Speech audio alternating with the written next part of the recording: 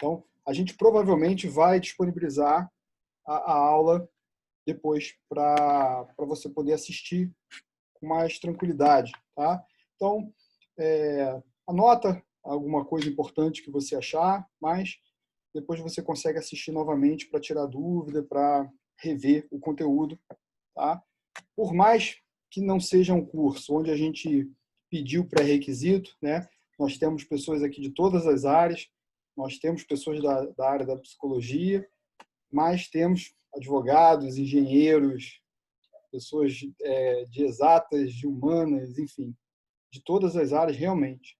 Então, apesar de não ser um curso que exige pré-requisito, nós vamos aprofundar, né? A gente vai em assuntos que são assuntos um pouco profundos, né?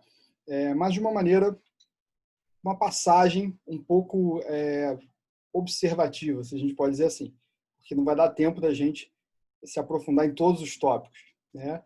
Mas daqui a pouco, né? Daqui a um tempo, a gente vai disponibilizar o curso offline, o curso completo de neurociências e inteligência emocional, com aí sim um curso mais completo, em torno de 80 horas, e a gente remodelou ele e a gente adaptou do curso presencial, que nós já fazemos, para o método online.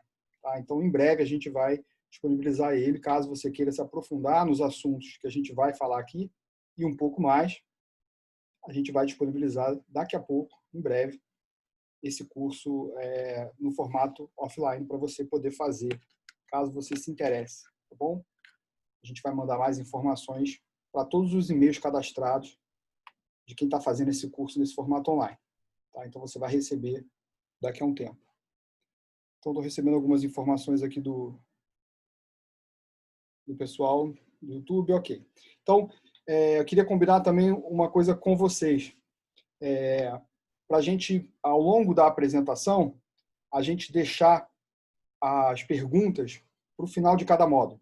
Tá? Então, eu queria que vocês participassem, queria que vocês anotassem as perguntas conforme elas fossem surgindo, mas para que a gente deixasse, como existe essa questão também, né, da tecnologia, a gente não está presencialmente juntos, mas anota a pergunta e a gente, ao final de cada módulo, a gente abre o vídeo aqui para você poder fazer a pergunta, e se você for um pouco mais tímido ou tímida, você escreve a pergunta aqui no chat e a gente responde ao final de cada módulo para ficar um pouquinho mais organizado. Pode ser? Tudo bem?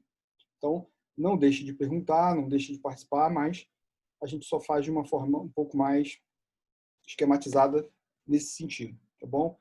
E aí eu estou com uma certa ajuda técnica aqui, do Henrique e da Letícia, que vão me ajudar a administrar essa questão das perguntas, dos acessos e do pessoal que está vindo, que não é aqui do Zoom, tá bom?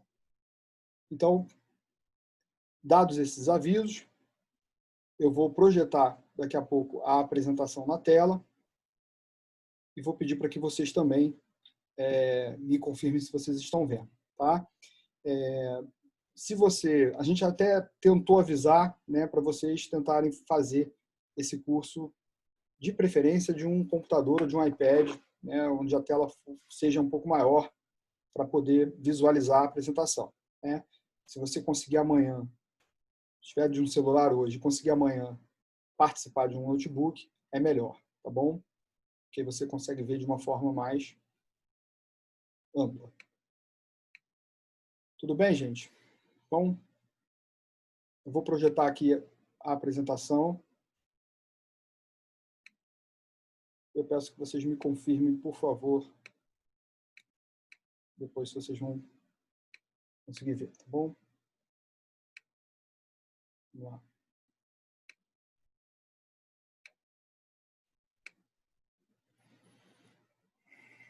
Tudo certo? Estão vendo aí na tela? Conseguiram começar a ver minha tela? Ok. Então, a Elisete vai ser um dos meus termômetros aqui para eu monitorar o que vocês estão vendo ou não. Agora, provavelmente, vocês estão vendo a minha tela. Isso aí, Elisete. Você vai ser o meu monitor aqui. Vamos ver se alguém mais vai se candidatar a aparecer, né? Então, a gente vai começar. Bom, eu tem uma parte clínica, né? Eu sou psicoterapeuta clínico, eu trabalho com atendimento clínico, e a gente começou a desenvolver alguns cursos presenciais, cursos à distância, a gente já fazia, e a gente intensificou agora. Então, a gente tem cursos um pouco mais amplos para pessoas de algumas áreas, né, que têm interesse em conhecer mais a fundo esses assuntos, e a gente também tem algumas formações para profissionais da área, tá? Para psicoterapeutas, terapeutas e psicólogos. Então, uma coisa interessante que a gente vai falar aqui é o seguinte: esse conceito de desconstruir os conceitos e permitir refazê-los vem de um princípio da incerteza, lá do médico Werner, e que a gente vai trabalhar muito aqui. Ninguém tem a verdade absoluta, ninguém tem a única certeza sobre o que a gente vai dizer, mas a nossa linha, tudo que vai ser falado aqui, é uma linha da neurociência, como ela fala hoje sobre as emoções e como isso tem impacto sobre a nossa vida. Tá? É claro que a gente tem outras correntes, a gente tem outras formas de ver as questões das emoções, do impacto sobre isso nas doenças, a questão espiritual e tudo mais. Então, a questão aqui não é quem está certo, quem está errado, não é fazer juízo de valor. Mas o que nós vamos falar aqui é como a neurociência enxerga hoje, principalmente, as emoções, como elas são construídas, qual é o impacto disso na saúde mental, na formação de doenças e como isso tem sido comprovado na comunidade científica. Tá? Então, quando a gente pega esse princípio lá de 27, né, sobre como as propriedades são medidas e automaticamente como a gente vai medindo e mudando uma propriedade em resposta da outra, a gente vai percebendo também que a própria neurociência já mudou bastante de 50, de 20 anos para cá. Né? E os conceitos que nós vamos colocar aqui são de 2015, 2017. São muito novos. A maioria dos assuntos que nós vamos falar aqui não são traduzidos para o português. Então, são assuntos bem recentes.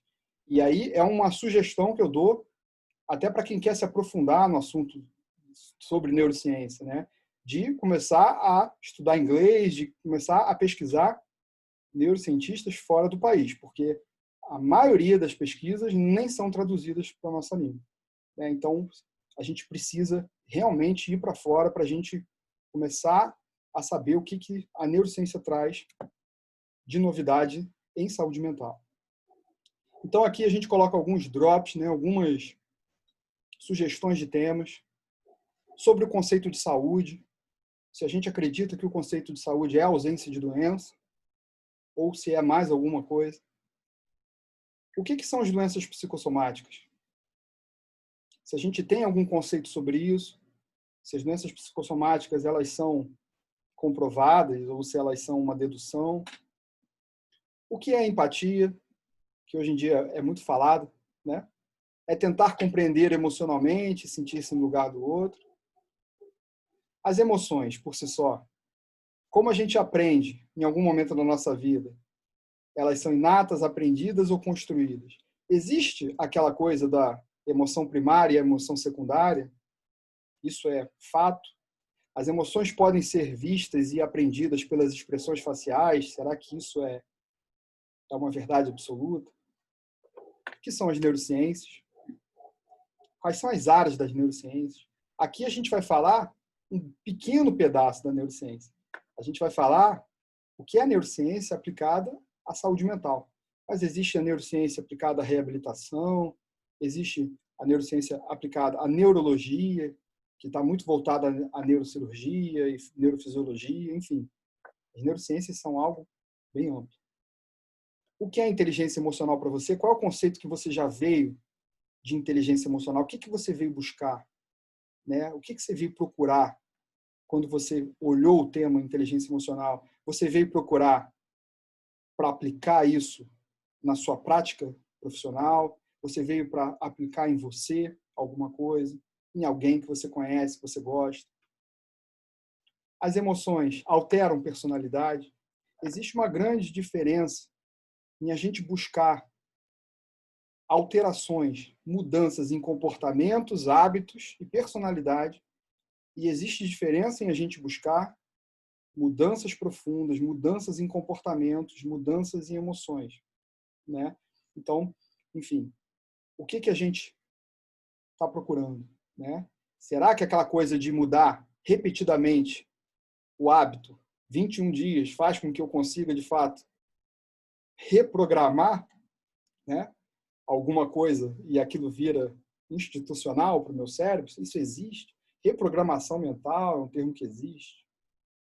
É outra pergunta que a gente vai responder aqui. E essa de o santo grau da neurociência é a consciência. Isso é um questionamento e uma afirmação de muitas pessoas, né, de muitos neurocientistas.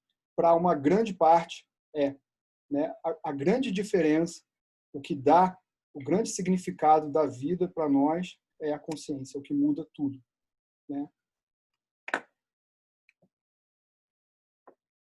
E aqui é onde a gente está. Aqui é onde a gente está de conhecimento, mas aqui é onde a gente está da nossa formação, tá? Eu vou tirar aqui da barra do lado, porque eu sei que isso tapa para vocês também. Deixa eu colocar para baixo.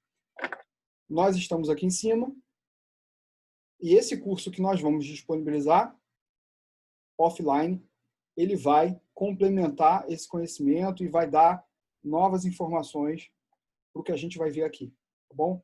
Então, a gente vai falar sobre memória, a gente vai conseguir falar sobre comportamento, a gente vai conseguir falar sobre assuntos que a gente não vai conseguir dar aqui hoje e amanhã por falta de tempo, tá bom? Então, a gente vai falar de alguns conceitos aqui que vieram de alguns autores que começaram com esse assunto, né? O Peter Salovey, o John Mayer e o Daniel Goleman são os papas, vamos dizer, desse termo, inteligência emocional. E vocês já devem ter lido alguma coisa sobre isso, né? Capacidade de reconhecer nossos sentimentos e dos outros, para motivarmos e para poder lidar adequadamente com as nossas emoções, tanto em relação a nós, quanto às pessoas com as quais nós nos relacionamos. Esse é um conceito de Daniel Goleman.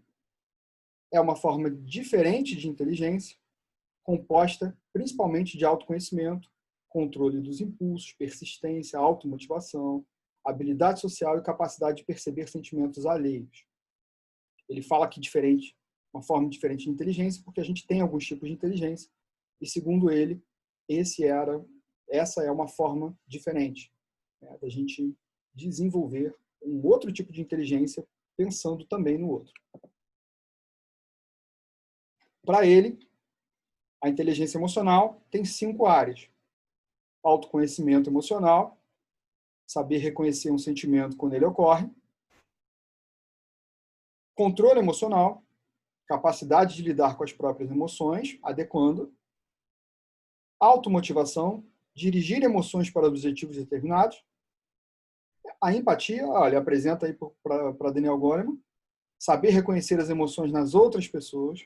Segundo ele, empatia é isso. A gente vai ver um pouco que empatia pode ser outra coisa, pode ter outra tradução. E 5, habilidade nos relacionamentos interpessoais. Tá? E aí a gente vai ver por que empatia hoje tem outro conceito dentro da neurociência.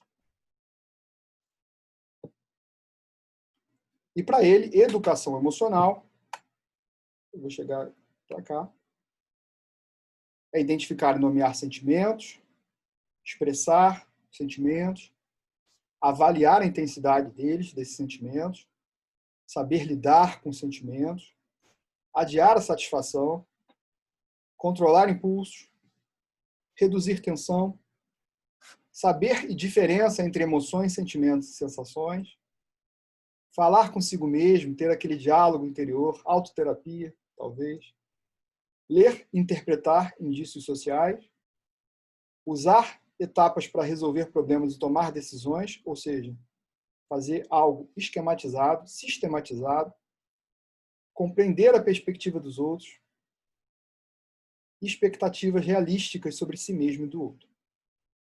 Então, aqui é um resumo. Tá? Isso aqui é um extrato do que Daniel Goleman diz, tá? Sobre o que é educação emocional. Ele tem muita literatura sobre o assunto, vocês já devem ter possivelmente ouvido falar sobre ele. Então, aqui a gente traz um resumo do que ele diz, né, do que o especialista em educação emocional, inteligência emocional, fala sobre o assunto. Ele pouco entra, vocês percebem que ele vai muito pela questão comportamental, né? E a gente vai entrar um pouco no que vem antes. A gente vai estudar aqui como que isso é formado, como que as emoções são formadas, e é isso que a gente vai desenvolver. A parte comportamental a gente pouco vai entrar, tá? Porque existem muitas situações que vão influenciar na questão comportamental e não é esse o foco que a gente vai dar. A gente vai se preocupar, sim, na formação de emoções. E aí, para isso, a gente primeiro vai passar sobre uma neuroanatomia de forma bem fácil da gente entender, tá? O pessoal de exatas aí, ninguém ficar muito doido. A gente vai falar um pouquinho da evolução do nosso cérebro, do nosso sistema nervoso. Então, para a gente olhar aqui uma imagem bem resumida, o que essa imagem representa é que o nosso cérebro ele foi pegando parte de seres anteriores e foi colocando novas partes. É como se fosse uma casa sendo reformada, onde a gente foi colocando novos cômodos. Independente se a gente acredita na corrente criacionista ou evolucionista, não importa. Tá? O que a gente vem percebendo, inclusive, por todos os estudos, é que essas correntes cada vez mais estão se encontrando. E que é muito possível que tenha existido as duas coisas. Então, aqui a gente não vai entrar no mérito, né, se existiu ou não existiu isso. O que a gente vê são dados científicos. E o que a gente percebe é isso aqui. Né? Então, o cérebro, por si só, ele foi acoplando partes. Então, é isso que a gente vem mostrando nessa imagem. Né? Existiam partes lá no peixe que foram passando para os anfíbios e répteis, os primeiros a saírem da água, e que o mamífero só aperfeiçoou. Ele colocou a mais. Tanto que a gente vai ver por que a gente tem uma parte que era chamada até um tempo atrás de cérebro reptiliano. Tá?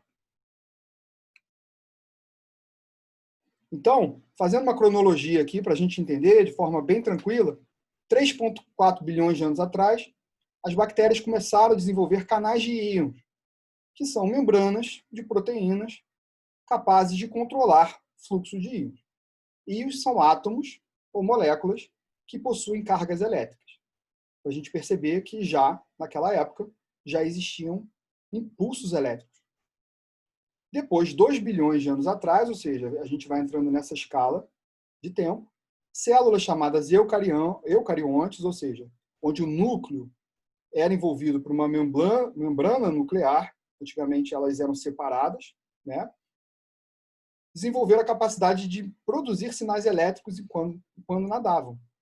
Ou seja, elas aperfeiçoaram aquilo que já existia, ou seja, impulsos elétricos. 600 milhões de anos atrás, certos tipos de águas-vivas desenvolveram os primeiros sistemas nervosos. Então, a gente pode dizer que os primeiros sistemas nervosos apareceram na água, em seres pluricelulares, na água viva. É o primeiro ser que desenvolve algum sistema nervoso rudimentar. 550 milhões de anos, as planárias, uma espécie de verme, desenvolveram um sistema nervoso simétrico bilateral. Aí que a gente começa a ver a bilaridade, né? A bilateralidade, dividindo em duas partes, ou seja, elas tinham duas partes bem simétricas. E esse sistema já possuía sensores de luz, que seria um protótipo dos olhos, né? Do que viria a ser os nossos olhos. Isso torna quase evidente que os primeiros cérebros vieram da água. E para a gente ter uma ideia, a título de curiosidade, quando os tubarões, mais ou menos nessa época, surgiram, as árvores fora do planeta nem sequer existiam. Então, os vegetais, nessa época, não existiam, ou seja, realmente não existia vida fora da água. Vindo nessa escala, há 350 milhões de anos atrás, o processo evolutivo levou os seres para fora. os peixes evoluem, surgem os anfíbios e depois os répteis. Esse já com cérebro mais complexo do que os peixes. O fato é que eles possuem o que os peixes já possuíam, porém com algumas coisas novas. Assim como o réptil possui aquilo que os anfíbios já tinham, com algumas coisas novas. Isso é aquela imagem que a gente acabou de ver lá atrás. Ou seja, o cérebro já ia acoplando partes novas. O processo evolutivo mantém estruturas evolutivamente antigas, adicionando novas estruturas conforme o processo de seleção natural ocorre. E aí a gente vem percebendo como a gente vem nessa escala. Quando a gente vê o cérebro humano, ele tem as mesmas estruturas que constituíam o sistema nervoso dos seres mais primitivos anteriores a ele. E a gente não vai entrar na esfera de onde a gente veio. Tá? Tanto que é comum, ainda nos dias de hoje, chamarem a parte mais primitiva do nosso cérebro de reptiliano. Mas nós, aí a gente vai trazer um pouco aqui para a nossa realidade. Hoje, na neurociência, a gente não usa mais esse termo. Tá? Cérebro reptiliano não é mais usado. A gente está aqui usando como uma referência histórica. Tá bom? A gente usa o termo tronco cerebral. Tá bom? Cérebro reptiliano é algo que foi originado por causa dessa época. Você viu lá? Ela foi sugerida em 1970 pelo neurocientista Paul MacLeod e apresentada em 1990. Tá bom? Então lá é que veio por causa da evolução e foi apresentado por ele e amplamente usado. Tá bom? Isso explica porque mesmo tendo um cérebro moderno, com áreas exclusivas da espécie humana, que possibilita coisas fantásticas, como a gente faz hoje, a complexidade, né, de coisas que nós fazemos, por outro lado, nós temos comportamentos intrinsecamente primitivos. Então, nós temos uma parte rústica ainda conosco. E isso leva a gente a ter comportamentos ainda muito estranhos, né? E partes esquisitas, como o nosso sistema de recompensa, que ainda é muito rústico. E a gente vai falar um pouco sobre isso. Comportamentos primitivos estão nos primeiros lugares entre categorias motivacionais nos seres humanos. Drogas, comer, beber, sexo, entre outros, acionam circuitos de recompensa que são primitivos e que diversos outros animais também possuem. É isso aí, Elisete. Então, assim, nós temos circuitos que são rústicos, né, que eles são de fácil acesso ao prazer. E, às vezes, a gente, mesmo tendo a razão, que é uma área nobre, que está ligada ao córtex pré-frontal, por exemplo, que é nosso, a gente pensando, a gente tentando racionalizar muita coisa, a gente vai, muitas vezes, escolher por aquilo que é emotivo, que está ligado a outra parte do nosso cérebro, que está ligado a circuitos de recompensa. Enfim, são áreas diferentes. Por isso que, muitas vezes, o pensamento, a razão, ela não vai explicar a emoção.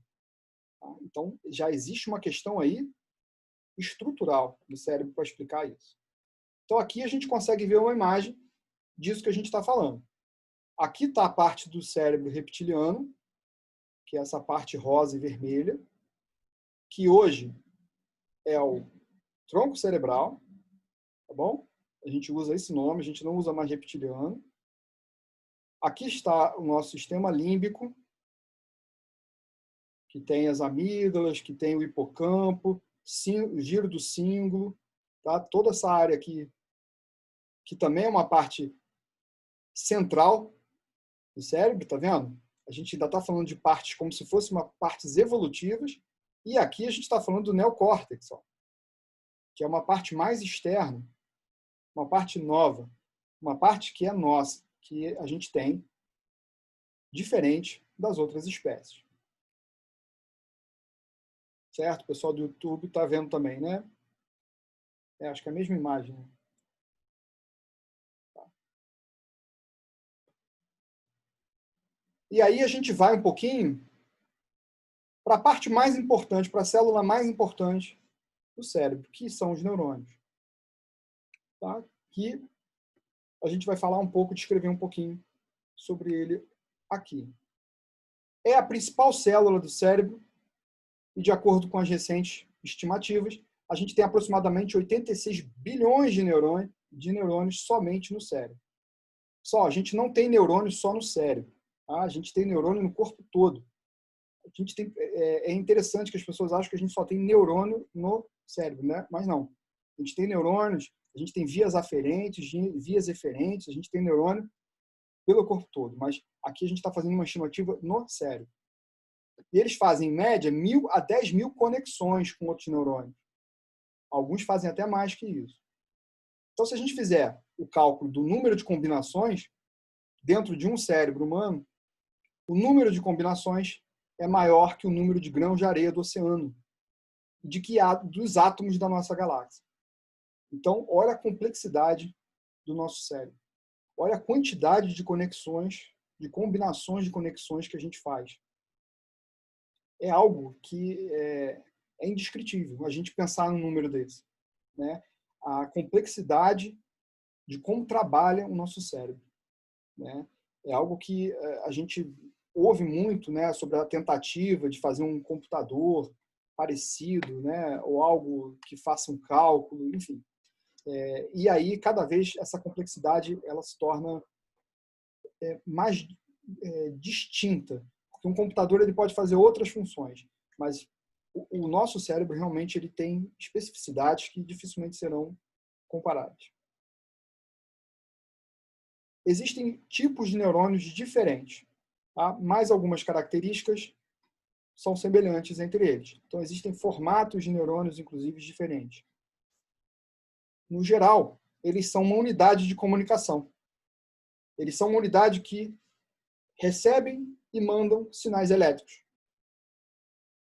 Essas informações elas chegam nos dendritos através de substâncias químicas chamadas de hormônios, neurohormônios, neurotransmissores e neuromoduladores. Então, uma das coisas incríveis do cérebro é conseguir transformar impulsos químicos em elétricos. Por isso, é uma das grandes capacidades, né, e uma das características incríveis do cérebro é justamente essa, né, da gente conseguir não só tramitar impulsos elétricos, mas transformar químicos em elétricos. E aí a gente tem aqui, quero mostrar para vocês, para quem não viu ou já não vê há muito tempo, a imagem de um tipo de neurônio. Tá? Então aqui a gente está vendo uma simulação de impulsos neurais. A gente vê aqui que existem os dendritos conectados. Deixa eu ver, onde é que...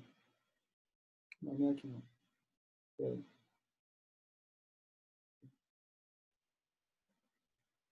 Né? A gente vê aqui os dendritos se encostando, o impulso elétrico vem de outro neurônio, encosta nessa parte aqui, desses dendritos do outro neurônio, e esse impulso elétrico percorre através do axônio para outra extremidade, para fazer outra conexão com outro neurônio. Aqui, nesse meio, aqui, nesse espaço, ocorre a sinapse, a troca de neurotransmissores que a gente tem. Noradrenalina, serotonina, aqui que são feitas a troca de partes químicas para esses impulsos elétricos. Essa parte azul aqui, que a gente está vendo, é a bainha de mielina, como se fosse um fio encapado. Essa parte aqui é a parte de plástico do fio, que encapa o fio. Né? Isso faz com que o impulso elétrico passe de forma mais rápida, mais fluida para o outro lado. Então, isso aqui é feito de gordura. Grande parte do nosso cérebro é feito de gordura. Tanto que quando você pega uma imagem de um cérebro, um raio-x, por exemplo, e você vê lá partes brancas e pretas, aquela parte branca que a gente vê do cérebro é a gordura da bainha de mielina, como se fosse a carne do salmão. Quando a gente pega a carne do salmão e vê aquela parte branca, é a gordura, é a mesma coisa dos nossos neurônios. Tá? É a gordura dos nossos neurônios, aquela parte branca do raio-x ou da tomografia. A pessoa, por exemplo, que perde essa gordura por alguma doença, ela vai perdendo a capacidade de impulso elétrico. E algumas doenças são geradas por essa questão. Por exemplo, com a esclerose múltipla, a ELA e algumas outras. Tá? Isso foi curiosidade para a gente ver o neurônio funcionando.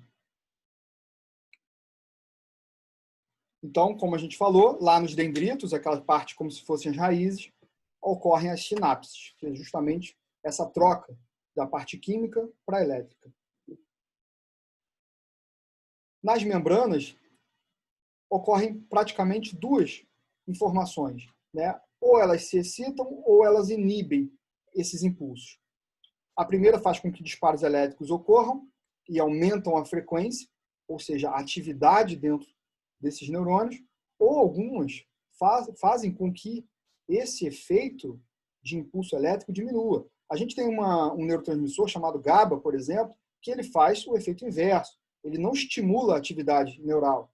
Pelo contrário, ele faz com que essa velocidade dos nossos neurônios ele seja diminuída. Tanto que quando a gente toma um ansiolítico, por exemplo, clonazepam, dá um exemplo, o clonazepam faz com que essa ação do GABA seja aumentada.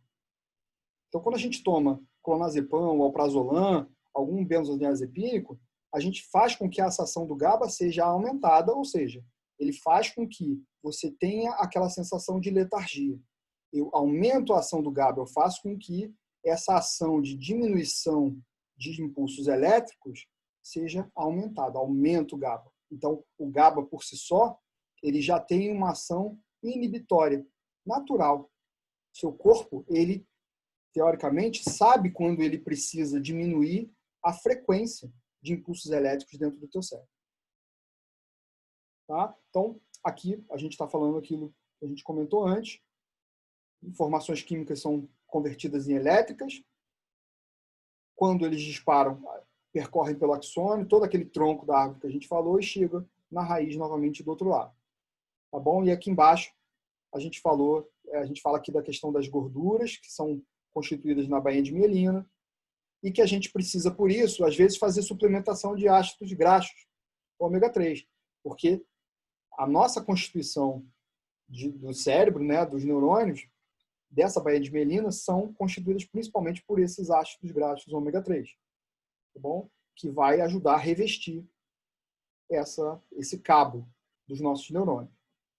E isso é importante na suplementação, principalmente se a gente já tem uma diminuição de ingesta, né, principalmente de peixes e tudo mais. Algumas doenças causam essa degeneração da baía de mielina, como a esclerose. Aqui a gente fala do salmão, que tem aquela parte branca, aquilo que eu comentei. No cérebro observamos a substância cinzenta e a substância branca, aquilo que eu falei, a parte branca é a gordura dos neurônios. E aqui eu estou falando um pouquinho que eu falei lá na imagem, né? Do impulso elétrico saindo de um lado para o outro. Isso acontece em frações de milésimos de segundos. A gente não pensa sobre isso, né? É algo impressionantemente rápido. Bom, e aqui tem uma curiosidade da liberação de substâncias químicas nesses espaços microscópicos entre os neurônios, realizando as sinapses. Então, esses neurotransmissores que a gente falou, que muita gente hoje faz suplementação, ou seja, quando a gente toma um antidepressivo, por exemplo, onde a gente vai fazer alguma reposição, às vezes a gente faz reposição de neurohormônios, de alguma substância que eu preciso, né, naquele momento, repor para aumentar a incidência dele ali naquele lugar. Quando eu aumento, eu inibo a recaptação da serotonina, da noradrenalina, enfim, daquilo que eu acho que é necessário naquele momento. Tá? Então, aminoácidos, a gente tem o GABA e o glutamato, as classificações, peptídeos, endorfina e ocitocina. Alguns a gente aumenta com, por exemplo, exercício físico, alguns a gente aumenta com o próprio contato com outros seres humanos. A gente tem as monoaminas, a epinefrina, a noradrenalina, a dopamina, que está muito ligada ao desejo, né? Ao desejo de comprar, ao desejo de consumir, ao desejo de a fissura nas drogas e no vício. A serotonina, no prazer, e a histamina.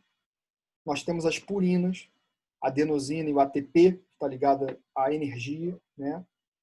Os gasotransmissores, o óxido nítrico e o monóxido de carbono, e a acetilcolina.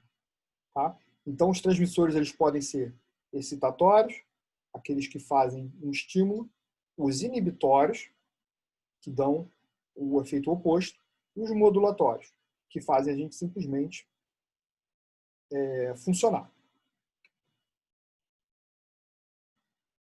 E aqui a gente vai olhar um pouquinho mais da anatomia do cérebro, então. Aqui a gente vê umas imagens de alguns cortes, tá? Então a gente tem o lobo parietal aqui em cima. Aqui a gente tem diversas funções motoras nesse lobo parietal, né? Aqui nós temos uma parte azul mais clara, não sei se vocês estão conseguindo ver, que são as áreas associadas, área de associação sensorial, que é essa parte aqui toda em azul claro. O lobo occipital, área de associação visual e o córtex visual. Esse amarelinho aqui é a área de associação auditiva, você vê como os sentidos estão distribuídos. E aqui tem essa haste aqui, como se a gente estivesse abrindo, tá, o cérebro, porque ele fica numa parte mais interna o córtex olfatório. Tá? E o gustatório também, ele fica em uma cavidade interna, um corte interno. Por isso que ele está abrindo. Eu vou descer aqui um pouquinho para a gente ver a parte pré-frontal, que é a parte de associação, ou seja, que dá a gente a possibilidade de julgamento, raciocínio, né? E essa parte de movimento, que está no lobo frontal. Tá? Córtex motor primário, área de associação motora. Está nessa parte vermelha que fica aqui. Em todo o movimento. Então, quando você vai fazer uma cirurgia e você precisa acompanhar, né, se tem um atingimento, por exemplo, um acidente, o cirurgião normalmente deixa o paciente num estado sonambúlico ao ponto dele conseguir testar. Né? Ele vai encostando com estímulos elétricos numa parte dessa parte do cérebro aqui motora para ver o paciente reagir aos movimentos. É fantástico o negócio. Aqui a gente já vê a parte de hemisférios, ou seja, a gente observa que o nosso hemisfério direito controla toda a nossa parte esquerda do corpo e nossa parte esquerda cerebral controla toda a nossa parte direita. Tá? E aí, gente, um mito que a gente já tira logo agora é aquela questão, peraí que eu estou fazendo besteira aqui, é aquela questão de hemisfério emocional e hemisfério racional. Isso é outro mito que a gente já tira a partir de agora também, tá bom? Então, isso não existe. A gente não tem lado emocional e lado racional no cérebro, tá bom? A gente vai construindo isso conforme a gente tem o nosso aprendizado, a nossa percepção, e isso é completamente espalhado pelo nosso cérebro. Nós temos áreas motoras. O que a gente está falando aqui é de área motora. Isso existe. Bom? Essa coisa de cérebro racional e cérebro emocional, isso já caiu em desuso. Bom? Então aqui a gente tem cada parte mostrando, né, quais os sentidos. Lá a gente viu por um outro ângulo e aqui a gente mostrando uma visão por cima. O cérebro é um órgão pequeno até. Né? Tem cerca de 2 quilos. Né? Tem uma textura parecida com queijo prato, mais ou menos. Durinho assim, mas se você, né, cortar ele adere. Enfim, mas ele é pequeno. Né? Tem a caixa craniana, né, que aí sim ocupa um espaço maior. E aqui a gente tem uma visão do nosso sistema límbico. Tá? Que aí a gente está um pouco mais interessado aqui para a nossa área, para a gente falar um pouco de emoções e tudo mais. Então aqui a gente tem o giro do cíngulo, que tem um papel importantíssimo nas emoções. Então, as pesquisas vêm mostrando o quanto que o giro do cíngulo está envolvido, inclusive na questão da dor emocional. Na dor física a gente já sabe, mas na dor emocional. Aqui tem as amígdalas, aqui está aparecendo uma, mas tem outra igual do outro lado. O hipocampo, né, que tem o hipotálamo, que tem outras partes também que estão envolvidos na aprendizagem, na fixação de memórias, na renovação de memória. O tálamo. Então, tudo isso aqui faz parte do nosso sistema límbico. E isso aqui ainda é uma grande questionamento, né? Um grande motivo de pesquisa. A gente tem a hipófise aqui, bem próximo dessa área, que a hipófise é a glândula mestre, né, de hormônios para início de produção de todos os hormônios que a gente tem no corpo. Ela fica exatamente aqui, né? Então, olha como é a relação das nossas emoções, da nossa situação emocional para a produção de hormônios. Ela fica ali, ela fica exatamente naquela área. Então, a nossa hipófise fica no meio dessa confusão toda. E aqui a gente tem uma imagem de um corte lateral. E eu já passei. Normalmente eu faço isso. E para voltar, como é que eu faço? Aqui a gente tem um corte lateral, tá bom? Tem uma imagenzinha pequenininha da hipófise aqui, o hipotálamo, o cerebelo. Então, isso aqui é um corte lateral, mostrando o giro do símbolo aqui em rosa, que agora fica um pouco menor para vocês verem. Mas aí a gente consegue olhar, pelo menos, de forma lateralizada, né? Eu queria saber se vocês têm alguma pergunta antes da gente continuar para a gente fazer até aqui. Então, vocês querem fazer alguma pergunta? Tem alguém que quer perguntar? Elisete, quer perguntar no vídeo? Quer falar? Ou quer escrever? Se quiser falar, pode falar.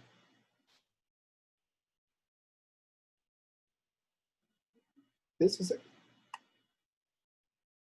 se você consegue tirar o microfone aí.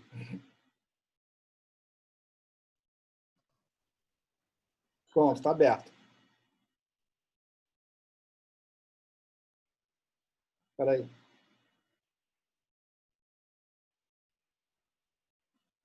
Está funcionando, não? Ó, eu estou apertando aqui.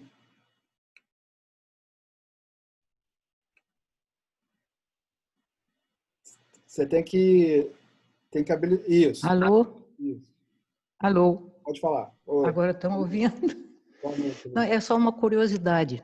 Sempre tive muito o paladar, o olfato e o ouvido super sensíveis. Se tinha um cheiro, alguma coisa, um lugar longe estava queimando, eu já falava que cheiro de fumaça. Ninguém estava sentindo cheiro de fumaça. E quando eu já estava pensando que eu estava ficando maluca, aí ninguém, tá mesmo. Parece que...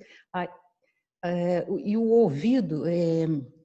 super sensível, quando eu era pequena, não dava para ir em festa que tivesse bombas, essas coisas, porque eu desesperava. Só agora que eu entendi que eu tenho ouvido muito, e falaram, né, que é hipersensibilidade. O paladar também, o olfato, a ponto de poder reconstruir um prato que eu como num restaurante, eu saber quais são os temperos. Poderia ter ganhado dinheiro como degustadora divina. Poxa, mas enfim. O mais interessante é que eu falo francês. Houve uma época em que eu fazia traduções, não eram traduções escritas, intérprete. E eu conseguia fazer uma coisa que eu achava que todo mundo que falava um idioma fazia, que é a tradução simultânea. E depois, mais tarde, me falaram que não. Muita gente que fala inglês que me falou que não é assim tão... que tem que ter o ouvido, parece. E o mais engraçado é que eu notava uma coisa que eu conseguia fazer, é como se entrasse, mas eu sinto que entra por esse ouvido aqui, quando eu tenho que fazer tradução simultânea, eu até viro para a pessoa que está falando na língua estrangeira, que é o francês, que para mim é mais difícil, e depois sai fácil aqui no português. Quando eu tenho que ouvir do português para o francês, aí já é outra coisa, tanto faz. Mas isso é impressão minha, ou eu estou ficando maluca, ou esse ouvido aqui, o esquerdo, tem alguma coisa a ver com prestar mais atenção? emoção, eu não sei, de poder entender. É como se foi sem querer, depois que me falaram, por que você vira minha filha ali? Sempre que você está fazendo, que eu trabalhava na prefeitura de Nova Friburgo, quando eu estava fazendo, às vezes mesmo na frente de câmeras e tudo, que eu tenho horror, aliás, não parece, mas tem, eu acabava virando, a ponto de eu mudar de lugar para quem tivesse com a língua estrangeira, falando francês, ficasse do meu lado esquerdo. Eu me sentia mais confortável. Isso tem alguma coisa a ver? Então, Elisete, em relação à audição, parece que é Isso. muito mais isso. Então, mas em relação à audição, parece que é muito mais uma habilidade que você desenvolveu do que a relação à anatomia nossa. Tá? Ah, ok. Porque não tem nada a ver em relação à orelha direita ou à orelha esquerda, e a gente até vai ver um pouco isso. O estrangeiro, Isso. engraçado, é uma beleza entrar. Agora não sei É. se eu conseguiria fazer, mas eu fazia assim e pensavam que eu tinha feito o curso. Depois me falaram que para fazer esse curso tem que ter habilidade primeiro. Mas a Isso. habilidade talvez seja isso, de ouvir e o cérebro vai transformando e vai saindo pela boca. Você tem uma facilidade, né? Você desenvolveu uma habilidade para fazer isso, talvez com um ouvido específico. A gente desenvolve sentidos melhores com um lado e com o outro. Mas nós não somos. Música, por exemplo, eu gosto e quando eu aprendia, quando era pequena, eu aprendia com minha mãe. Ela cantava uma ou duas vezes, talvez seja o ouvido musical. Então, uma facilidade para a música, mas, por exemplo, em relação à simetria, nós não somos completamente simétricos, né? Tanto que a gente escreve melhor Uhum. com uma das mãos, né? Normalmente a gente dá Para mim é a preferência direita. isso, para motricidade, a gente vai escrever melhor com uma das mãos, a gente não escreve perfeitamente com as duas, a gente não ouve da mesma forma com as duas, a gente não vê perfeitamente com os dois olhos, de igual Uhum. forma, enfim, né? Ok, A gente desenvolve de formas diferentes. Agora, tem uma outra mais um questão. lado do que o outro. Isso. Agora, tem uma questão interessante que você falou em relação ao olfato. O olfato é um sentido diferente um pouco dos outros. Porque o olfato, por uma questão evolutiva também, ele tem uma conexão direta com o cérebro que não passa pela nossa medula espinhal, pelo nosso tronco cerebral. Ele tem uma característica diferente de outros sentidos que nós temos. Tá? Porque Tem o normalmente, DNA de cachorro. isso. Porque nós também viemos de uma Tem evolução DNA de cachorro. onde nós tínhamos que Eu sentir não o sei. cheiro. A gente sentia o cheiro para É. poder saber do perigo, de onde vem o perigo. Eu vi no outro dia o negócio do músculo aqui da mão. Quem tem esse músculo aqui, ó, que levanta, que ainda tem que é o primitivo, né, que ficou, Sim, a gente tem muitas coisas, né? Mas onde vivia nas árvores. mas em relação ao cérebro e aos sentidos também, o nosso sentido de olfação, ele é diferente dos outros. Então a gente tem uma conexão direta também, né? Então a forma de Ok. sentir cheiro nossa é diferente. E se a gente desenvolver, Desligar. Não estou conseguindo desligar o outro telefone que eu esqueci. se a gente desenvolver isso, a gente vê que a gente vai ficando mais hábil em relação ao fato, né? A gente pode Uhum. ter tido essa curiosidade, mas isso de fato acontece, tá? Ok. Bom, vou Respondido? estar o mais longe possível, porque a porcaria do telefone não quer parar de jeito nenhum ali. Tá berrando ali, tão... Minha prima ligando. Ana, você também quer Ah, perguntar? tá respondido. Depois eu vou procurar saber melhor e tudo sobre. É uma curiosidade, desculpe eu ter Nada, tomado tempo, mas nada. eu sempre tive que falar, uma vez falaram assim, você é extraterrestre, ficam falando que tem uma, Não, por exemplo, aquela doença que eu tive, né, que eu mandei, não sei se você ouviu o e-mail com. Oh, meu Deus do céu. não, ainda não vi, mas manda Eu para mim que mandei eu o quero ler. e-mail com certificado do hospital lá de Besançon, Ah, sim, sim. onde o tal da doença do coração, né? Que agora o Aqui. formato normal, normalmente isso, oh, milagre, milagre. É, E era síndrome de Takotsubo, né? Quer é, dizer, minha cabeça quase que me matou naquele. exato. É. E eu mandei, porque com atestado e tudo é difícil achar um que tenha Verdade, passado por essa. verdade. É meio difícil. Bom, obrigado, tá? Pela participação. Deixa eu passar aqui para a Ana. Ok, deixa eu tirar o Ana, som. deixa eu ver como é que eu tiro aqui esse negócio teu. Peraí. Eu acho que se eu desligar aqui fica mais fácil. Peraí. Vê se foi, Ana. Oi, Daniel. Tudo Boa bom? noite. Boa Tudo noite. bem? Tudo bem. Na verdade, a minha dúvida ela tá naqueles transtornos que existem, transtornos depressivos e compulsivos, transtornos maiores tipo distimia, todos eles se concentram então no lobo frontal do cérebro? Isso, não.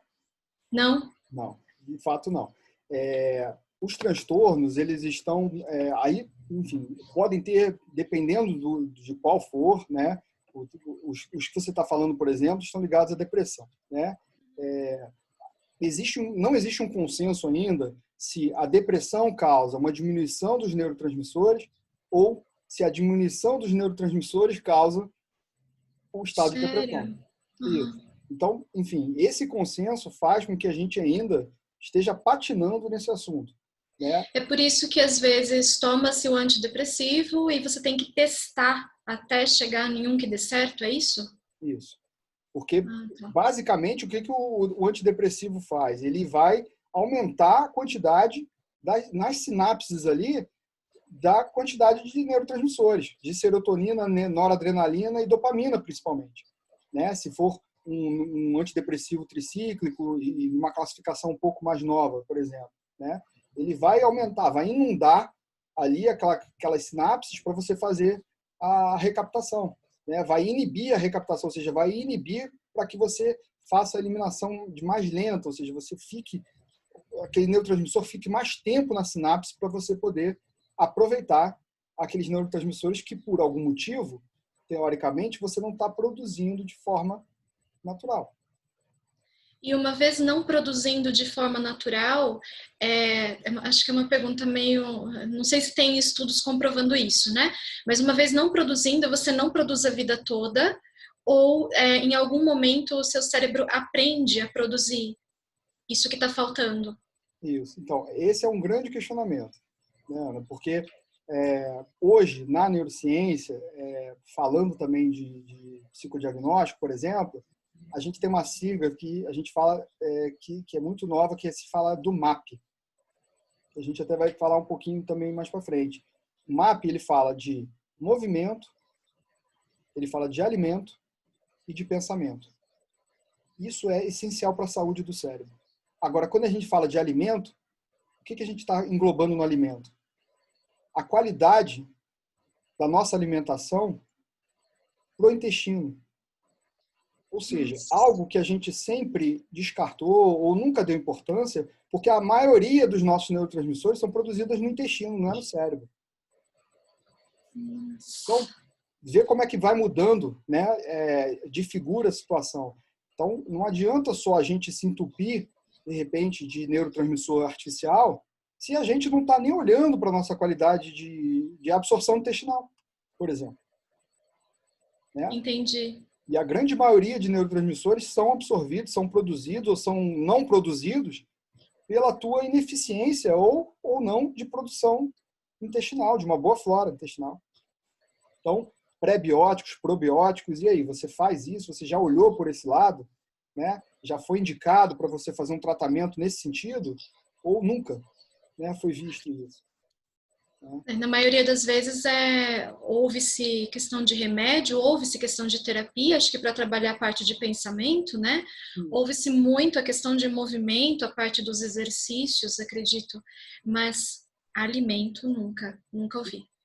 Exato, né? Porque é muito importante, né? A gente precisa, essa questão do pensamento e movimento exatamente, né? É isso, né? O ser humano, aí mais uma vez, vamos nos remeter lá para trás, né? Nós não fomos fabricados para ficar numa cadeira sentado em casa o dia inteiro.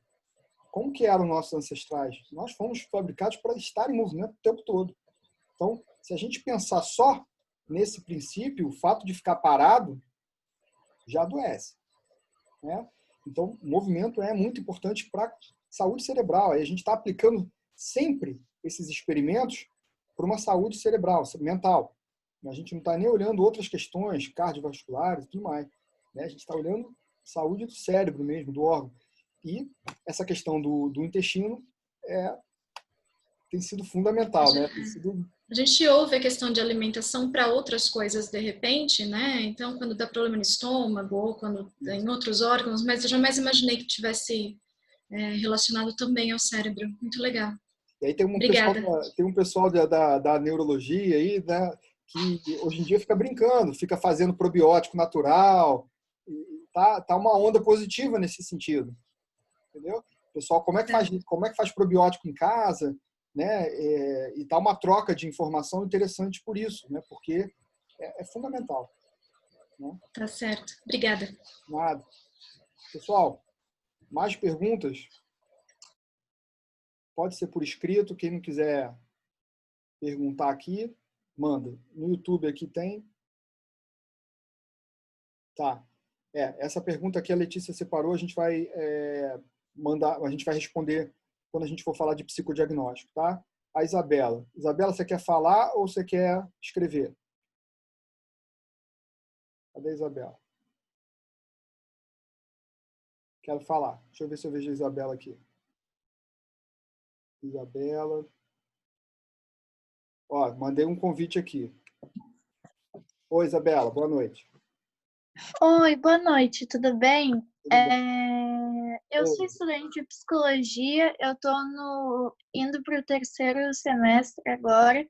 Legal. E sempre reparei, inclusive tive alguns casos de depressão na família. E eu estava conversando com a minha mãe esses tempos, porque agora na época da pandemia, com o uso da máscara, a única coisa que a gente mostra é os olhos, né?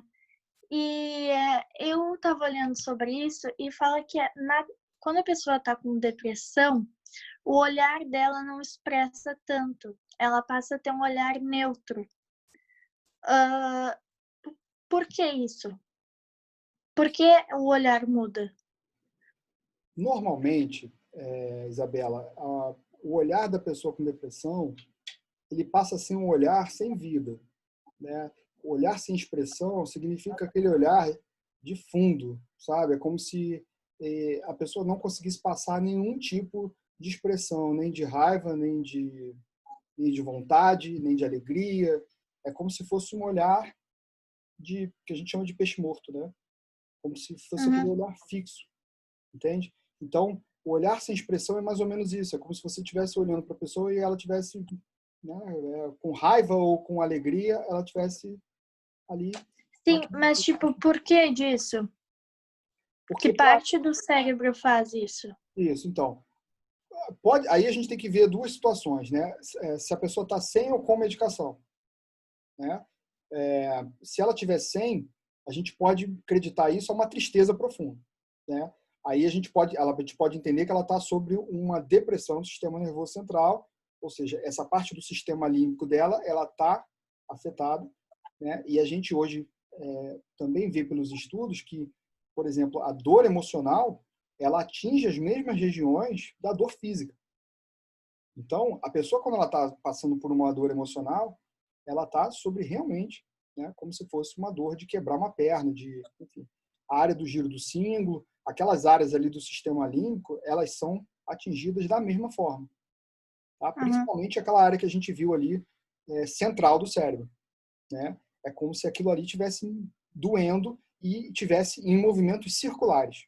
Porque o impulso, né, eletromagnético, vamos dizer assim, do movimento, né, de dor, ele vira ali como se fosse um impulso circular por aquelas áreas. E a pessoa parece que ela não consegue sair daquele movimento. Então, é dor constante. Sim. Aquele olhar, ele parece que só representa aquela dor e ela não consegue sair daquilo ali. Né? É um olhar de desesperança e tudo mais. Então, enfim, é como se ela não conseguisse, por mais que ela ative outras áreas ali do córtex que a gente viu, pré-frontal, né, áreas mais novas, o pensamento, a razão. Muitas pessoas podem dizer para ela, mas você tem tudo para ser feliz, né? Pensa no lado positivo da vida e tudo mais. É uma área que não tem contato com essa, então não adianta. Sim. Né? Obrigada. Nada, enfim. Pode perguntar ao longo do tempo, porque esse assunto é muito extenso, né? Tem muita coisa para a gente conversar sobre isso, né? E a gente vai falar um pouquinho, né? A gente vai falar um pouquinho mais de psicodiagnóstico, de alguns transtornos amanhã, tá? Tá bom. Se tire mais algumas dúvidas amanhã, tá bom? Obrigada.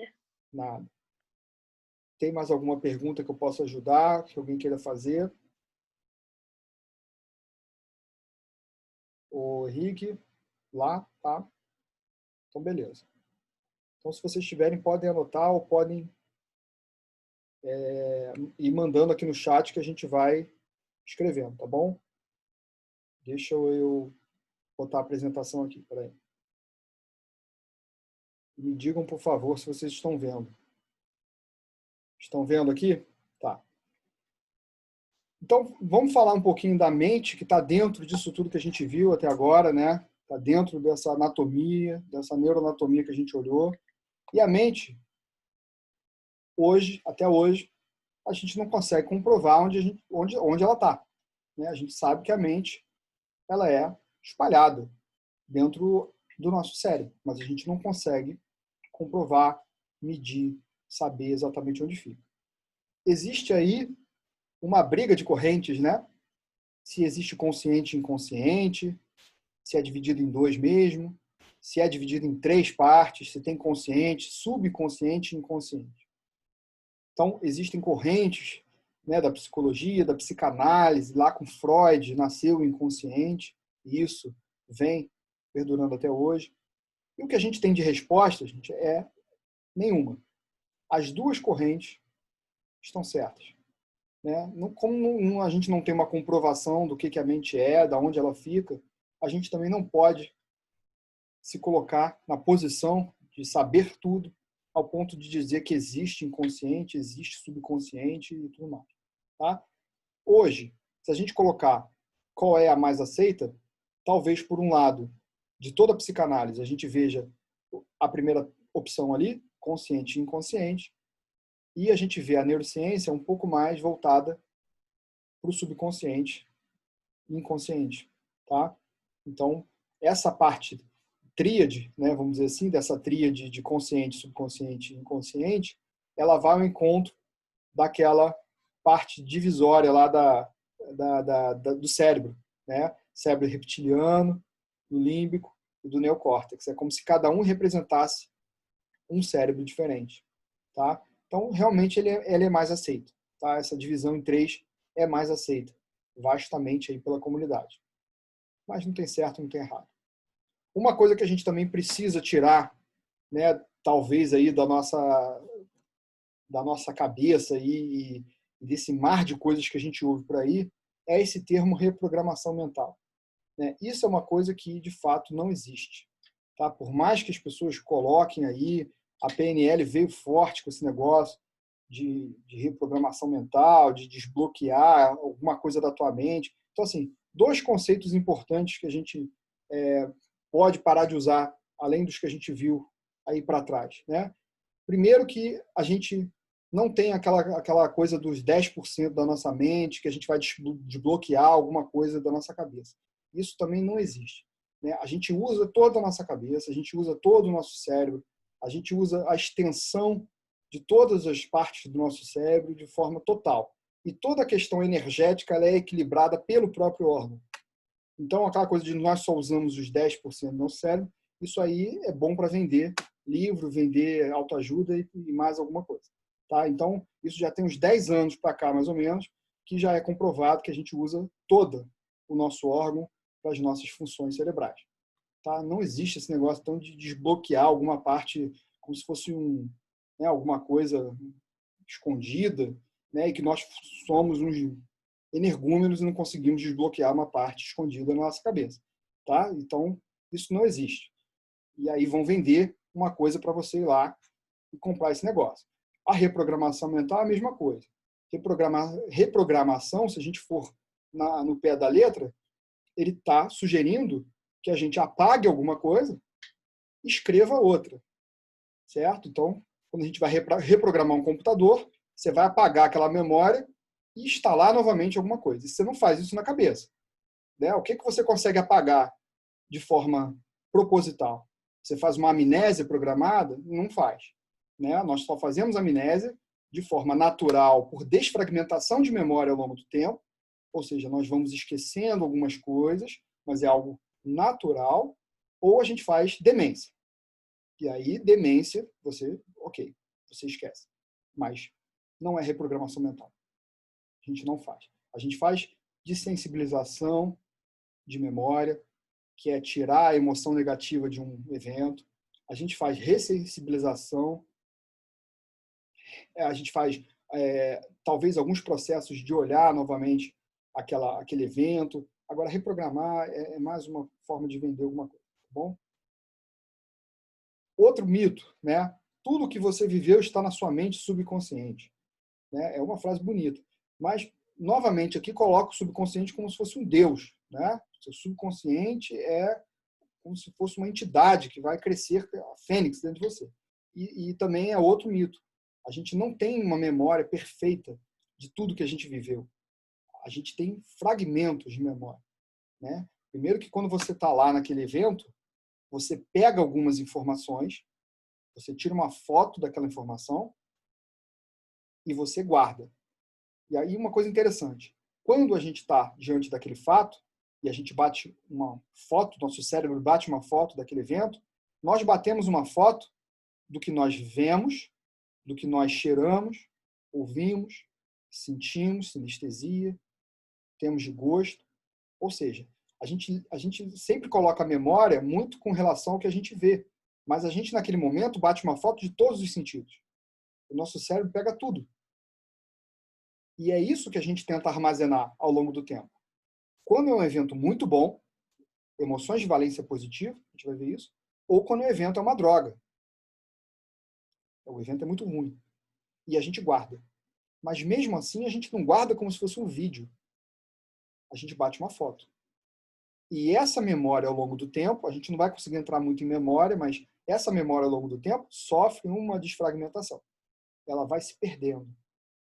E você, mesmo que faça um processo, por exemplo, de hipnoterapia, de você voltar nessa memória, essa memória não vai ser resgatada porque ela já foi desfragmentada. Bom?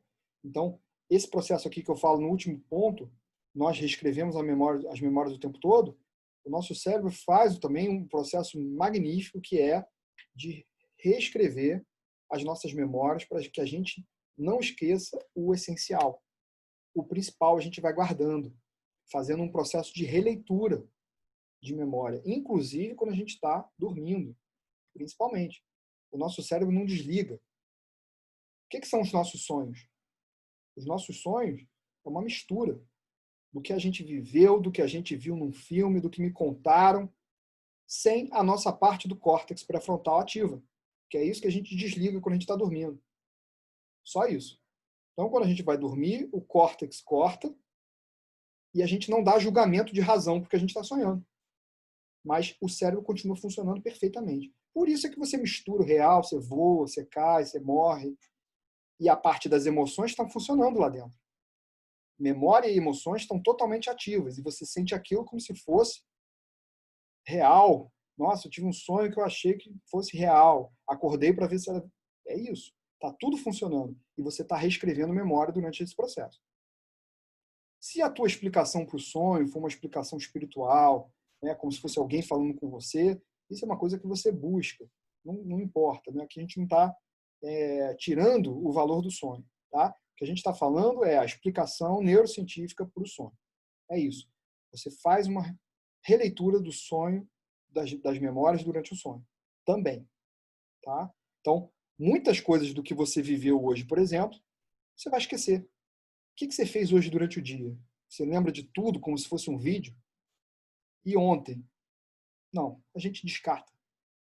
Ele faz isso sozinho. O cérebro descarta automaticamente. Então, é um negócio incrível. Tá bom? Então, assim, isso aqui é um resumo sobre mente para a gente tirar algumas porcarias que a gente vai colocando, né? E a gente até vai duvidando, né? Será que eu consigo alguma coisa? Aquele negócio de repetir várias vezes a mesma coisa, até teu cérebro, até a tua mente pegar no tranco e resolver fazer. Gente, isso não funciona. Tá? Isso funciona para 2%. Ah, mas o meu primo funcionou. Ele começou a acordar cedo, 4 horas da manhã, tomar banho frio, de mangueira, e aí, ok, gente, mas placebo também funciona. Tá? Então, remédio placebo funciona. Se você der para meia população placebo e medicação, vai funcionar. Então, cientificamente, muita coisa não existe. Tá? E a gente tem que dividir isso se a gente quer estudar de forma mais profunda. Bom? Aqui a gente vai cair numa parte importante, entrando já em emoções e sentimentos.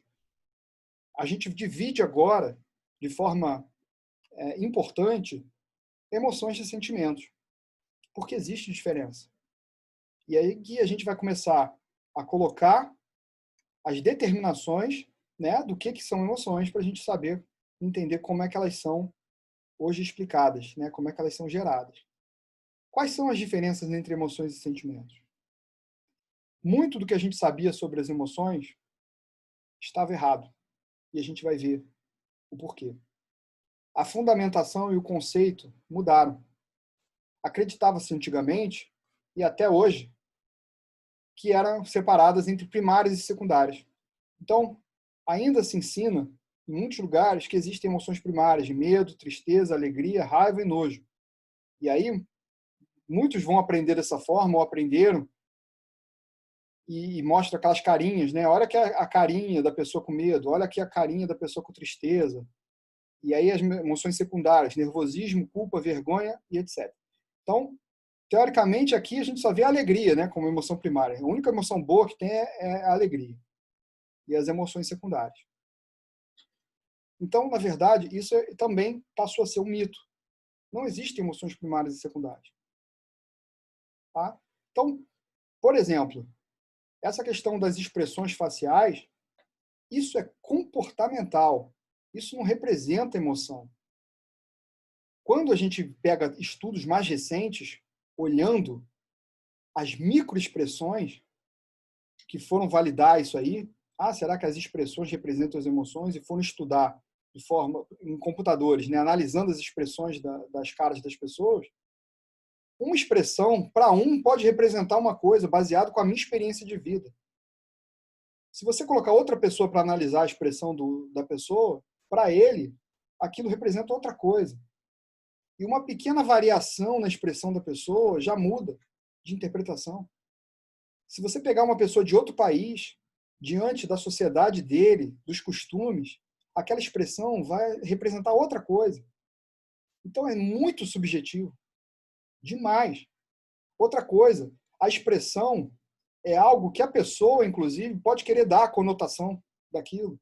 Não quer dizer o que ela sente. É completamente, né, vago isso. Então, enfim, isso são conceitos que estão completamente fora da realidade. Tá? Emoções primárias, emoções secundárias e emoções expressas por face, né, ou, enfim, são questões comportamentais. Tá bom? Segundo o Dr. Rick Hammer, foi ele que reuniu a medicina germânica, não sei se vocês já ouviram falar sobre isso, a gente nasce com 4 instintos principais. Esse é um conceito que ainda está muito ativo na comunidade científica, tá? Por isso que eu trouxe ele. A gente nasce com 4 instintos. O instinto de sobrevivência, um instinto de atentado à integridade, ou seja, a gente sabe o que é agarrar, o que é segurar. O bebê agarra no pezinho, o bebê agarra no cordão umbilical. Ele tem um instinto de se enrolar. O instinto de impotência e desvalorização, isso para a gente é primordial. Pertencer a um grupo é importantíssimo. Pertencer a um clã, uma família.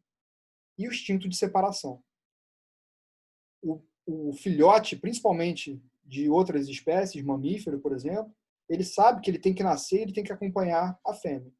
E ele sabe que se for deixado para trás, ele vai morrer. Então, segundo ele, é um instinto também importantíssimo, que a gente já nasce com isso. O primeiro, o vital de sobrevivência, é o de sucção, por exemplo. Né? A gente nasce sabendo sugar o leite. Ninguém ensina para a gente. Né? Na natureza ou no ser humano, a gente nasce sugando. É um dos primeiros movimentos que a gente faz. Então, isso não são emoções, isso são instintos. É diferente. Certo? E o que são emoções? E a gente vai diferenciar de sentimentos. As emoções, elas são de valência positiva ou de valência negativa. As de valência positiva geram comportamentos de aproximação e as valências de valência negativa, comportamentos de afastamento. As emoções são inconscientes, acontecem abaixo da linha da nossa percepção. Servem para gerar comportamentos. Muitas não se tornam sentimentos.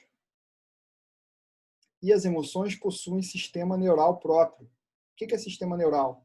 Redes de neurônios no corpo, próprias para as emoções. Então, emoções são instintos. Emoções estão ligadas ao nosso sistema de luta ou fuga. Emoções foram feitas para a gente reagir. A gente reconhece o medo e a gente reage. A gente reconhece alguma coisa e o nosso corpo começa a ter reação. A gente não pensa. Isso é reação emocional. Então, aqui é o conceito de emoção. Por isso é inconsciente. A gente não percebe. Como que a gente não percebe? Muitas vezes, você pode estar no seu dia a dia e você ter micro-reações emocionais, seu coração bate um pouco mais rápido ou mais devagar. É uma reação emocional, mas você não teve consciência que isso aconteceu. Por isso que ela pode ser inconsciente e não se tornar sentimento.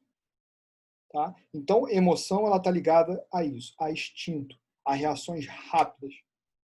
Aquilo que quando você, por exemplo, está andando, vê o teu crush lá do outro lado da rua e você começa a ficar arrepiada, sente calafrio na mão, aquela coisa toda. Isso é reação emocional.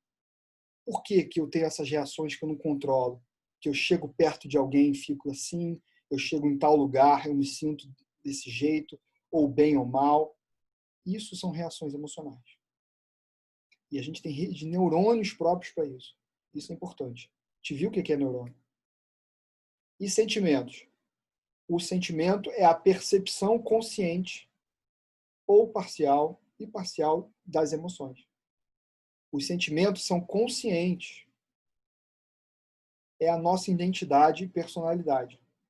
E os sentimentos também possuem rede neural própria, outras redes neurais, diferentes das emoções. Então, o sentimento é você se dar conta de que as emoções acontecem. O sentimento é o sentir, é entender tudo o que está acontecendo. É vincular a história do que está acontecendo com a reação do teu corpo e explicar isso. Isso é sentir. Tá? Então, aqui a gente já vai ganhando muita diferença, muito conceito, que parece simples, mas que faz total diferença quando eu vou fazer, por exemplo, um processo de psicoterapia.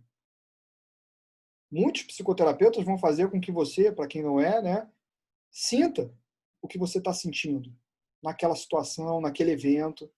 A gente precisa sentir, a gente precisa entender o que a gente sente em cada situação, aprender a sentir, dar nome para o que a gente sente. Muitas vezes a gente passa pelas situações com incômodo, com desconforto, mas a gente não sabe o que é. A gente não se dá conta das reações emocionais que a gente tem com aquilo que aconteceu, com aquele incômodo que a gente tem. A gente não para perceber sentimento. Parece besteira, mas faz total diferença. Todo o processo de psicoterapia, um dos objetivos por trás dele é fazer você sentir, é te conectar. E tem pessoas que têm uma dificuldade enorme. Ela fala, eu me senti mal. Tá, mas o que você sentiu? Eu senti um negócio esquisito. Você sentiu o quê? Não sei. Não sei. A gente ouve muito não sei. Né? A gente ouve dificuldade de ouvir uma resposta como essa. Bom? Então, essa é a grande diferença de emoções para sentimentos. E para quem tem dúvida do que é sentimento, a gente tem uma tabela linda aqui, com vários sentimentos. Tá? Vários sentimentos que servem para a gente olhar e a gente poder reconhecer que às vezes a gente está sentindo isso. Isso aqui ajuda muito nessa questão. O que eu estou sentindo naquela hora? Ou o que eu estava sentindo diante daquele fato? O que eu sinto diante de cada situação que acontece? Essa tabela ajuda para a gente ter um norte. para a gente poder comparar, olhar, levantar algumas questões. Tá? Então, tem uma tabela aqui que vocês podem depois receber. A gente costuma mandar por e-mail depois, tá bom? Junto com outra tabela que a gente vai mandar depois, tá bom? Então, tem vários aqui. Sei lá, tem em torno de 40 ou 50 sentimentos aqui, que são os mais levantados. Bons e ruins, tá? Então, a gente vai falar rapidamente aqui, mas isso aqui a gente vai deixar para amanhã, tá? A teoria da emoção construída, de Lisa Feldman, ela vai falar, comprovar, determinar como que as emoções de fato são construídas, como elas são feitas, como elas são elaboradas pela gente, provando que as emoções não nascem com a gente. Elas não vêm de fábrica, elas não vêm embutidas como aquelas primárias e secundárias. Tá? Então, isso aqui é um estudo científico de 20 anos, tá? Feito por Chris White e Lisa Feldman, e ela foi publicada no livro How Emotions Are Made. Se vocês quiserem ter acesso ao livro, é um livro que não tem tradução para o português, mas é um livro que até é de fácil acesso, de fácil leitura, não é um livro muito científico. Tá? Então, para quem quiser ler, tem na Amazon, né? Dá para comprar, enfim. Mas a gente vai ler, vai estudar amanhã como que ela defende, né, todos esses estudos que eles fizeram, mostrando que as emoções são construídas por nós e não aprendidas ou repetidas. E como isso torna tudo tão único dentro da gente.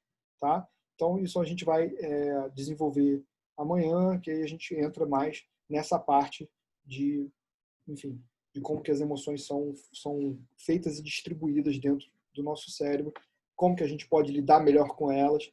A gente vai falar sobre uma técnica para a gente lidar com emoções e sentimentos negativos e pensamentos.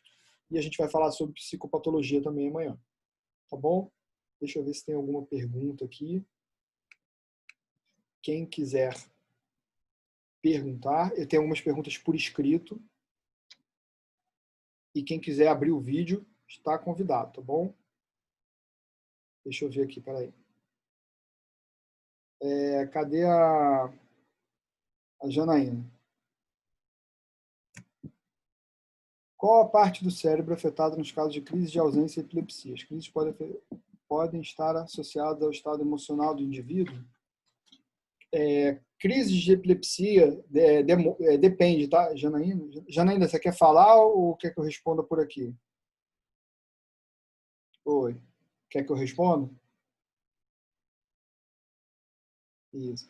Então, as questões emocionais na epilepsia, elas podem piorar o caso da pessoa, tá? Mas elas não causam, né? Na maioria dos casos, elas não causam as crises, não tornam o sujeito epilético, tá? Então, o que a gente tem, na verdade, na maioria dos casos, né, é uma diferenciação no funcionamento cerebral que causa convulsão. Né? Por isso, a convulsão, por si só, é uma forma do cérebro restartar ele. Né? Então, quando a pessoa convulsiona, ela é como se o cérebro estivesse tentando dar um restart, alguma coisa que não está funcionando legal.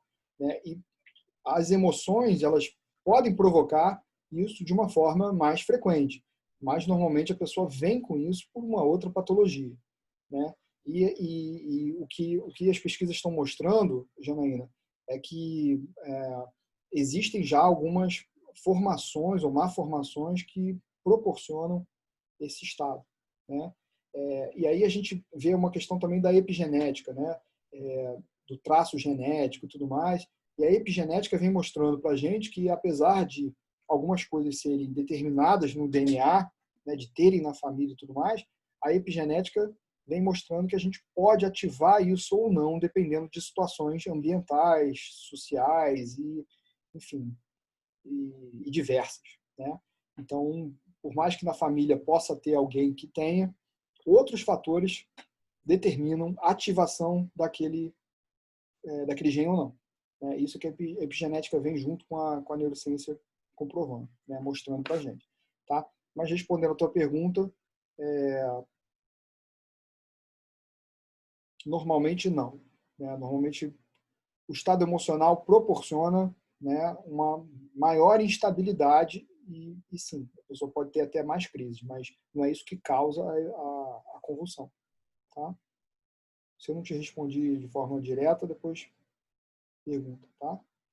A Camila perguntou. Camila, se quiser abrir aqui o vídeo, pergunta, tá? Me fala que eu abro.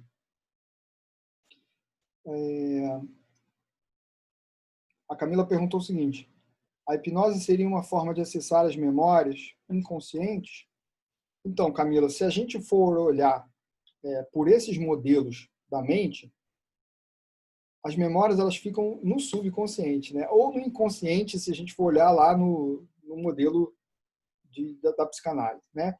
Então, sim, a hipnose, na verdade, para quem não trabalha, né, para quem nunca viu hipnose, a hipnose é um estado, fala de uma forma bem fácil e científica, né? Não sei se pode ser assim, mas é um estado de acesso à memória de uma forma diferente, de uma forma direta, de uma forma fácil, sem a resistência do consciente, sem a resistência da fala, da gente elaborar o que a gente vai dizer antes da gente, por exemplo, acessar aquela memória num estado conversacional como a gente está.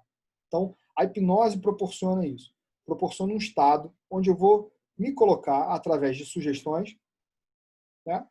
Todo mundo faz auto-hipnose, na verdade. Você aceita sugestões do terapeuta e você se coloca num estado de hipnose que vai proporcionar o acesso à memória de uma forma facilitada. Tá? Então, você vai olhar, você vai ver aquela memória que está lá, guardada, de uma forma diferente. E você vai poder ressignificar um evento ou sensibilizar uma memória de uma forma diferente. Porque você tem acesso à memória de uma forma única, onde outras terapias têm um pouco mais de dificuldade por causa da resistência da conversação. Quando a gente vai conversar, a gente prepara o nosso discurso, né? A gente prepara o que a gente vai responder, a gente prepara o que a gente vai dizer, por uma questão natural, né? A gente já faz isso com todo mundo, toda hora. Tá? Então, a hipnose proporciona isso, né? Um acesso diferente às nossas memórias. Tá? E é por isso que, às vezes, a gente vai lá para trás, né? A gente vai nas primeiras memórias, realmente. Tá bom? Se não respondi, também me pergunta, tá? Ok. A Suzana, quer perguntar por vídeo?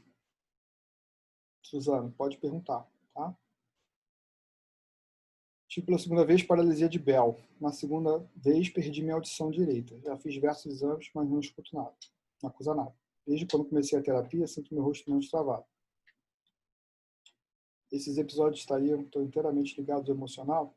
Então, Suzana, verifica se quando você teve esse tipo de paralisia, você teve depois de algum evento traumático, se existiu alguma situação emocional importante, não no evento, às vezes, específico, mas um pouco antes, se de repente você não está vivendo sobre estresse, sobre ansiedade, sobre o que a gente chama de simpaticotonia, entende? Porque às vezes a gente entra em fase de balanço, que a gente chama, né? A gente sai de um estado ou de simpaticotonia ou de parasimpaticotonia, que são dois extremos, ou de muita ansiedade, de muita agitação, precisando, dando conta de uma situação emocional na vida, ou a gente sai de uma letargia muito grande, de uma situação de marasmo, de depressão muito baixa, e quando a gente sai dessas fases, o corpo dá uma readaptada.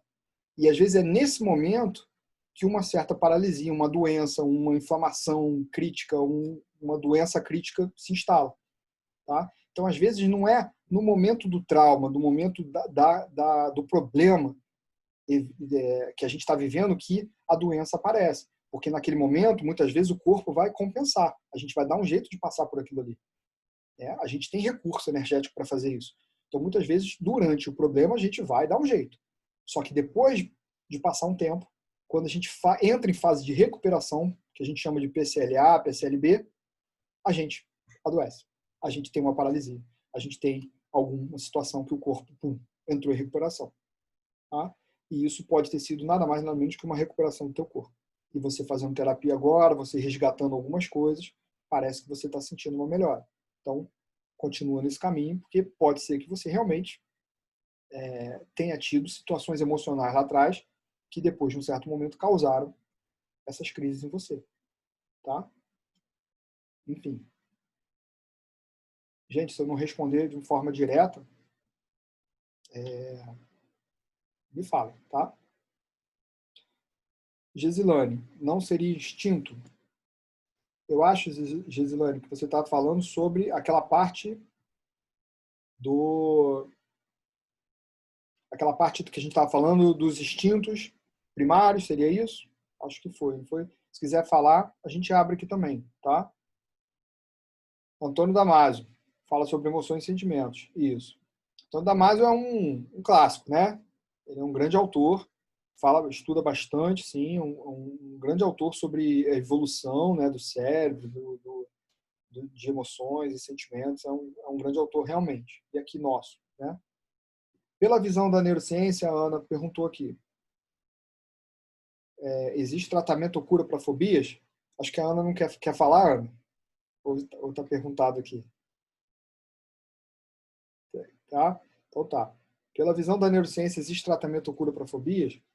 Então, Ana, o que a gente tem mais recente de tratamento de cura para fobia é o que a gente pode falar de sensibilização, né? De emoção do evento, né? Da memória. Então, o que a gente pode dizer que tem mais recente em relação a isso seria, por exemplo, o IMDR e o Brain Spotting, né? Que são duas técnicas de desensibilização dos olhos, dos movimentos oculares. São, o nome dessas técnicas que eu vou colocar aqui, tá? Para ficar fácil de vocês visualizarem.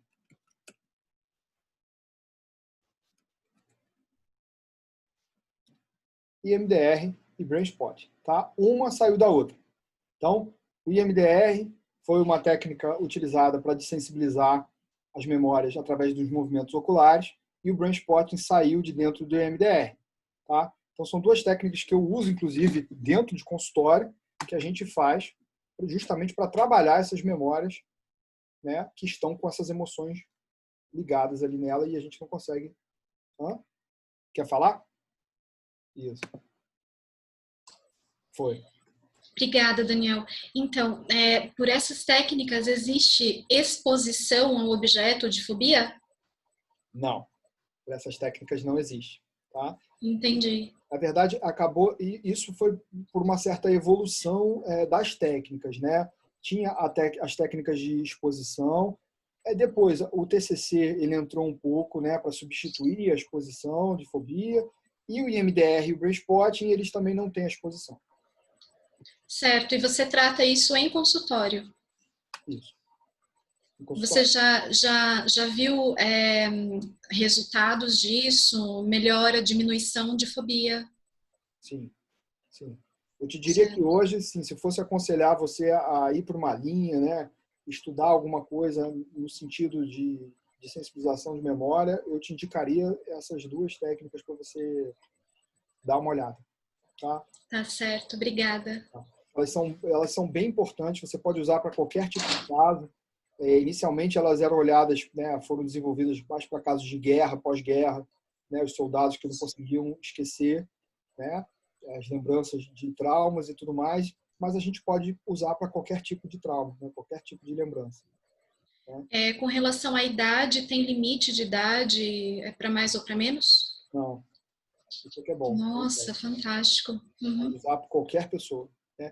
E tem uma diferença, por exemplo, a hipnose funciona muito bem para muitas pessoas, né? Mas para uma certa categoria, né, de pessoas, não funciona tão bem, as pessoas ficam com aquele receio e tudo mais. Essas duas técnicas são de olhos abertos, você faz com a pessoa ali, né? Ela ativada, né, que a gente chama, porque a gente tem que ativar a memória e tudo mais, então tem menos resistência, talvez, para a abordagem, né? Porque a hipnoterapia tem que ter engajamento, né? A pessoa tem que querer, né? Entendi. O MDR no Brain Spot, não. A pessoa, ela vai numa boa. Né? Tá certo. Obrigada. Nada. Gente, mais perguntas? Eu pulei alguém? Acho que não, né? Veio do YouTube, né? Tá. Mas essas que vieram a gente responde amanhã. Então, as outras perguntas a gente vai deixar para responder amanhã, porque elas vieram mais com questionamento de psicodiagnóstico. A gente vai falar um pouquinho amanhã, tá bom? Então, eu vou encerrar por hoje. Quero agradecer a participação de vocês, tá? Amanhã a gente vai começar no mesmo horário. Se vocês tiverem dificuldade de processo, mandem e-mail para a gente, contato@skillbuilder.com. E muito obrigado pela participação de todos e de todas. Boa noite para vocês e amanhã a gente está aqui junto novamente, tá bom? Elisete, Ana, Wilton, Douglas, todo mundo que eu estou vendo aqui na pontinha do vídeo, muito obrigado. Tá? E até amanhã. Boa noite, gente. Boa noite, Viviane. Boa noite, Suzana. Boa noite. Até mais, gente. Tchau para todos.